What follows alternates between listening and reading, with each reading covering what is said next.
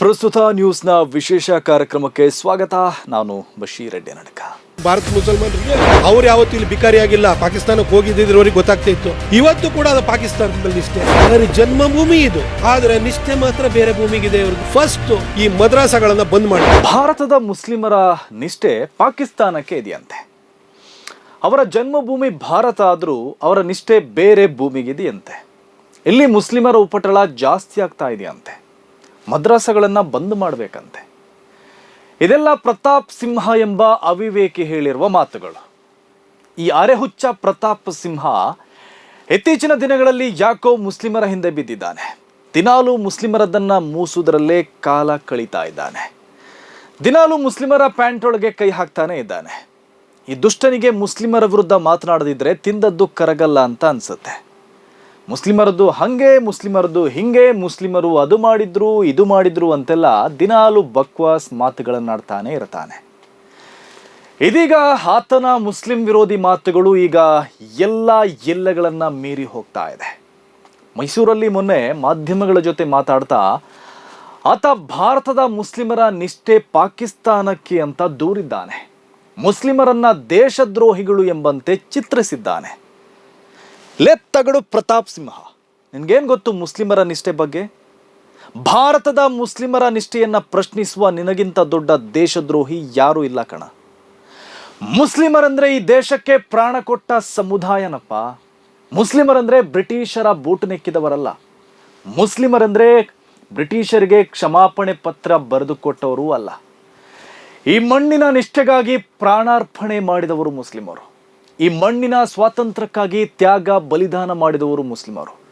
ಭಾರತದ ಮೊಟ್ಟ ಮೊದಲ ಸ್ವಾತಂತ್ರ್ಯ ಸಮರ ಸೇನಾನಿ ಕುಂಜಾಲಿ ಮರಕಾರ್ ಒಬ್ಬ ಮುಸ್ಲಿಂ. ಬ್ರಿಟಿಷರ ವಿರುದ್ಧ ಯುದ್ಧ ರಂಗದಲ್ಲಿ ಮಾಡಿದ ಈ ನೆಲದ ಏಕೈಕ ರಾಜ ಟಿಪ್ಪು ಸುಲ್ತಾನ್ ಕೂಡ ಮುಸ್ಲಿಂ. ಈ ದೇಶದ ಸ್ವಾತಂತ್ರ್ಯ ಸಂಗ್ರಾಮಕ್ಕೆ ನೇತೃತ್ವ ಕೊಟ್ಟ ಬಹದ್ದೂರ್ ಶಾ ಜಫರ್ ಕೂಡ ಮುಸ್ಲಿಂ.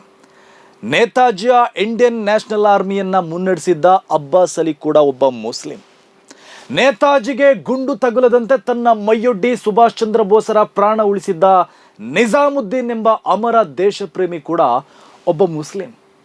ಮೊದಲ ಸ್ವಾತಂತ್ರ್ಯ ಸಂಗ್ರಾಮದ ವೇಳೆ 2,500ಕ್ಕೂ ಅಧಿಕ ಮುಸ್ಲಿಂ ಧಾರ್ಮಿಕ ವಿದ್ವಾಂಸರು ಪ್ರಾಣತ್ಯಾಗ ಮಾಡಿದ ಚರಿತ್ರೆಯನ್ನ ಈ ಪ್ರತಾಪ್ ಸಿಂಹ ಓದಬೇಕು.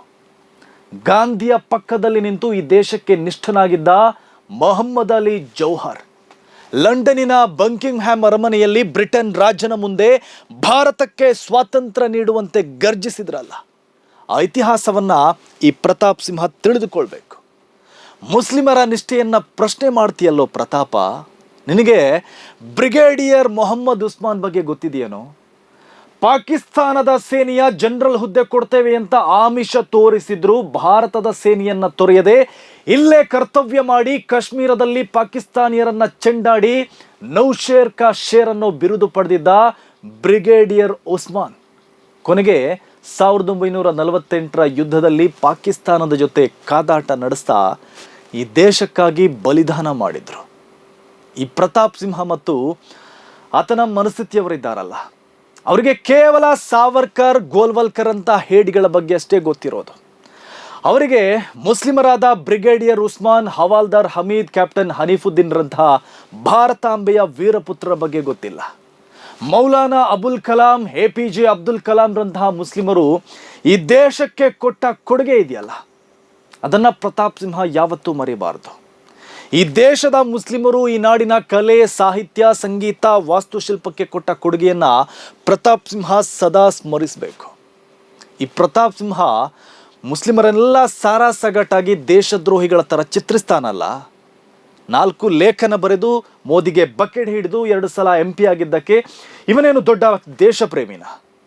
ಈ ದೇಶದ ಮುಸ್ಲಿಮರ ಪಾದದ ಧೂಳಿಗೂ ಈ ಪೇಪರ್ ಸಿಂಹ ಸಮಾನ ಆಗಲ್ಲ. 10 ವರ್ಷ ಸಂಸದನಾಗಿ ಬರೀ ಲೂಟಿ ಮಾಡಿದ್ದಲ್ಲದೆ ಪ್ರತಾಪ್ ಸಿಂಹ ಮಾಡಿದ್ದು ಬೇರೇನೂ ಇಲ್ಲ ರೀ. ಪೊಲೀಸರ ಮೇಲೆ ಕಾರು ಹತ್ತಿಸಲು ಹೋಗಿದ್ದು, ಸಂಸತ್ ಮೇಲಿನ ದಾಳಿಕೋರರಿಗೆ ಪಾಸ್ ಕೊಟ್ಟಿದ್ದು, ಮರಗಳ್ಳನಾಗಿರುವ ತಮ್ಮನಿಗೆ ಸಹಾಯ ಮಾಡಿದ್ದು, ಇಷ್ಟೇ ಇವನು MP ಆಗಿ ಮಾಡಿರುವ ಘನಂದಾರಿ ಕಾರ್ಯ. ಅಂತಹವನು ಬಂದು ಮುಸ್ಲಿಮರ ಬಗ್ಗೆ, ಅವರ ನಿಷ್ಠೆಯ ಬಗ್ಗೆ, ಅವರ ದೇಶ ಪ್ರೇಮದ ಬಗ್ಗೆ ಮಾತಾಡ್ತಾನಲ್ಲ, ಅವನಿಗೇನಾದರೂ ಯೋಗ್ಯತೆ, ಅರ್ಹತೆ, ನೈತಿಕತೆ ಅನ್ನೋದು ಇದೆಯಾ? ಆತನಿಗೆ ಸ್ವಲ್ಪನಾದರೂ ಮಾನ, ಮರ್ಯಾದೆ, ನಾಚಿಕೆ ಇದ್ದಿದ್ರೆ ಆತ ಈ ರೀತಿ ಮಾತಾಡ್ತಾ ಇರಲಿಲ್ಲ. ಇವನ ಪ್ರಕಾರ ಮುಸ್ಲಿಮರಿಗೆ ದೇಶದ ಮೇಲೆ ನಿಷ್ಠೆಯೂ ಇಲ್ಲ, ಅವರು ದೇಶ ಪ್ರೇಮಿಗಳೂ ಅಲ್ಲ. ಸತ್ಯ ಏನಂದ್ರೆ ಈ ಪ್ರತಾಪ್ ಸಿಂಹನಂತಹ ದೊಡ್ಡ ದೇಶದ್ರೋಹಿ ಬೇರೆ ಯಾರೂ ಇಲ್ಲ. ಈತ ತನ್ನ ರಾಜಕೀಯ ಹಿತಾಸಕ್ತಿಗಳಿಗಾಗಿ ಒಂದು ಸಮುದಾಯವನ್ನ ಹೀಯಾಳಿಸಿ ಅವರ ಮೇಲೆ ಆರೋಪ ಹೊರಿಸಿ ಅವನು ರಾಜಕೀಯ ಮಾಡೋದು. ಕೆಲ ದಿನಗಳಿಂದ ಈತ ಯಾಕೆ ಮುಸ್ಲಿಮರನ್ನೇ ಟಾರ್ಗೆಟ್ ಮಾಡ್ತಿದ್ದಾನೆ ಅಂದರೆ ಅಲ್ಲಿ ಆತನ ರಾಜಕೀಯ ಹಿತಾಸಕ್ತಿಗಳಿದೆ. ಅವನಿಗೆ ಈಗ ಹಿಂದೂ ನಾಯಕ ಆಗಬೇಕು, ಆ ಮೂಲಕ BJPಯಲ್ಲಿ ಮತ್ತೆ ಸ್ಥಾನ ಪಡಿಬೇಕು ಅನ್ನೋದು ಆತನ ಗುರಿ. ಪ್ರತಾಪ್ ಸಿಂಹ ಎಂಬ ಅವಿವೇಕಿಗೆ ಕಳೆದ ಲೋಕಸಭಾ ಚುನಾವಣೆಯಲ್ಲಿ BJP ಟಿಕೆಟ್ ಕೊಡಲಿಲ್ಲ. ಬರೀ ಬೊಗಳೆ ಬಿಡೋ ಪ್ರತಾಪ್ ಸಿಂಹ BJPಗೂ ಬೇಡವಾಗಿದ್ದಾನೆ. ಆತ ವೇಸ್ಟ್ ಬಾಡಿ ಅಂತ BJPಗೂ ಅನಿಸಿದೆ. ಅದಕ್ಕಾಗಿ ಆತನನ್ನ ಚಪ್ಪಲಿ ಬಿಡೋ ಸ್ಥಾನದಲ್ಲೇ ಬಿಟ್ಟಿದ್ದಾರೆ. ಇದರಿಂದ ಪ್ರತಾಪ್ ಸಿಂಹ ಅರೆ ಹುಚ್ಚರಂತಾಗಿದ್ದಾನೆ. ಕಂಡಲ್ಲಿ ಬಾಯಿಗೆ ಬಂದಂತೆ ಮಾತಾಡ್ತಾ ಇದ್ದಾನೆ. ಮುಸ್ಲಿಮರ ವಿರುದ್ಧ ಮಾತನಾಡಿದ್ರೆ ದೊಡ್ಡ ಲೀಡರ್ ಆಗ್ಬಹುದು, BJPಯಲ್ಲಿ ಮತ್ತೆ ಸ್ಥಾನಮಾನ ಸಿಗಬಹುದು ಅಂತ ಅಂದ್ಕೊಂಡಿದ್ದಾನೆ. ಆದರೆ ಈ ಅವಿವೇಕಿಗೆ BJPಯಲ್ಲಿ ಮತ್ತೆ ಸ್ಥಾನಮಾನ ಸಿಗೋದು ಡೌಟ್. ಇವನು ಕೂಡ ಹೆಗಡೆ ಈಶ್ವರಪ್ಪ ಸಾಲಿಗೆ ಸೇರೋ ಸಾಧ್ಯತೆ ಇದೆ. ಇಲ್ಲಿ ಮುಸ್ಲಿಂ ವಿರೋಧಿ ರಾಜಕೀಯ ಮಾಡಿದ BJP ನಾಯಕರ ಕತೆ ಏನಾಗಿದೆ ಅಂತ ಒಮ್ಮೆ ಈ ಪ್ರತಾಪ್ ಸಿಂಹ ಯೋಚಿಸೋದು ಉತ್ತಮ. ಹೆಗಡೆ ಏನಾದ, ಈಶ್ವರಪ್ಪ ಏನಾದ, CT ರವಿ ಕತೆ ಏನಾಯಿತು ಅಂತ ಪ್ರತಾಪ್ ಸಿಂಹ ಯೋಚನೆ ಮಾಡಿದ್ರೆ ಒಳ್ಳೆಯದು. ಮುಖ್ಯಮಂತ್ರಿ ತಾಲಿಬಾನಿ ಸರ್ಕಾರ ನಡೆಸ್ತಾ ಇದ್ದಾರೆ. ರಾಜ್ಯಾದ್ಯಂತ ಒಂದು ರೀತಿ ತಾಲಿಬಾನಿ ಸರ್ಕಾರ ನಡೀತಾ ಇದೆ. ಸಿದ್ದರಾಮಯ್ಯನವರ ನಡತೆಯನ್ನು ನೋಡಿದಾಗ, ಅವ್ರು ನಡೆಸ್ತಾ ಇರುವಂತಹ ಆಡಳಿತವನ್ನು ನೋಡಿದಾಗ ಇದು ಸ್ಪಷ್ಟವಾಗಿ ಇದು ತಾಲಿಬಾನಿ ಸರ್ಕಾರ ಅಂತ ಹೇಳಿ ಕರ್ನಾಟಕ ಜನತೆಗೆ ಕೂಡ ಮನವರಿಕೆ ಆಗಿದೆ. ಈ ಪ್ರತಾಪ್ ಸಿಂಹ ಎಂಥ ಅವಿವೇಕಿ ಅಂದ್ರೆ ಕನ್ನಡಿಗರು ಮತ ಕೊಟ್ಟು ಅಧಿಕಾರಕ್ಕೆ ತಂದಿರುವ ಸರ್ಕಾರವನ್ನು ತಾಲಿಬಾನ್ ಸರ್ಕಾರ ಅಂತ ಹೇಳ್ತಾನೆ. ತಾಲಿಬಾನಿಗಳಿಗೆ ಪ್ರತಿ ವರ್ಷ ಬಜೆಟ್ನಲ್ಲಿ 100 ಕೋಟಿ ಅನುದಾನ ಕೊಡ್ತಿರುವುದು ಇವರ ಮೋದಿ ಸರ್ಕಾರ. ತಾಲಿಬಾನಿಗಳಿಗೆ 100 ಕೋಟಿ ಅನುದಾನ ಕೊಡುವ ಮೋದಿಯವರು ಈ ಪ್ರತಾಪ್ ಸಿಂಹನಿಗೆ ಆದರ್ಶ ಪುರುಷ. ನಾನು ಮೋದಿ ಭಕ್ತ ಅಂತ ಈ ಲಜ್ಜೆಗೆಟ್ಟ ಪ್ರತಾಪ್ ಸಿಂಹ ಯಾವುದೇ ಹಿಂಜರಿಕೆ ಇಲ್ಲದೆ ಹೇಳ್ತಾನೆ. ಆದರೆ ತಾಲಿಬಾನಿ ಸರ್ಕಾರ ಅಂತ ಸಿದ್ದರಾಮಯ್ಯ ಸರ್ಕಾರದ ಮೇಲೆ ಆರೋಪ ಹೊರಿಸ್ತಾನೆ. ತಾಲಿಬಾನಿಗಳಿಗೆ ಸಹಾಯ ಮಾಡುವ ಮೋದಿಯವರು ಈ ಪ್ರತಾಪ್ ಸಿಂಹನ ಪ್ರಕಾರ ವಿಶ್ವ ನಾಯಕ. ಆದರೆ ಕರ್ನಾಟಕದ ಮುಸ್ಲಿಮರಿಗೆ ಅಲ್ಪ ಸಹಾಯ ಮಾಡಿರುವ ಸಿದ್ದರಾಮಯ್ಯ ಇವನ ಪ್ರಕಾರ ಲೋಕಲ್ ಲೀಡರು ಆಗಲ್ಲ. ಸಿದ್ದರಾಮಯ್ಯ ಬಜೆಟನ್ನು ಈ ಅಯೋಗ್ಯ ಹಲಾಲ್ ಬಜೆಟ್, ಮುಸ್ಲಿಂ ಬಜೆಟ್ ಅಂತ ದೂಷಣೆ ಮಾಡ್ತಾನೆ. ಬಜೆಟ್ನಲ್ಲೂ ಧರ್ಮದ್ವೇಷ ಮಾಡುವ ಇಂತಹ ದುಷ್ಟರನ್ನು ಈ ಕನ್ನಡ ನಾಡು ಸ್ವೀಕರಿಸಿಕೊಳ್ಬಾರ್ದು, ಹಾಗೆ ಹೆಚ್ಚು ಸಹಿಸಿಕೊಳ್ಳಲೂಬಾರದು. ಅವನಿಗೆ ಕಾನೂನಿನ ಮೂಲಕ ಪಾಠ ಕಲಿಸುವ ಕೆಲಸ ಆಗಬೇಕು. ಇಲ್ಲಾಂದರೆ ಈತನ ಎಲುಬಿಲ್ಲದ ನಾಲಿಗೆಗೆ ಬ್ರೇಕ್ ಬೀಳೋದಿಲ್ಲ.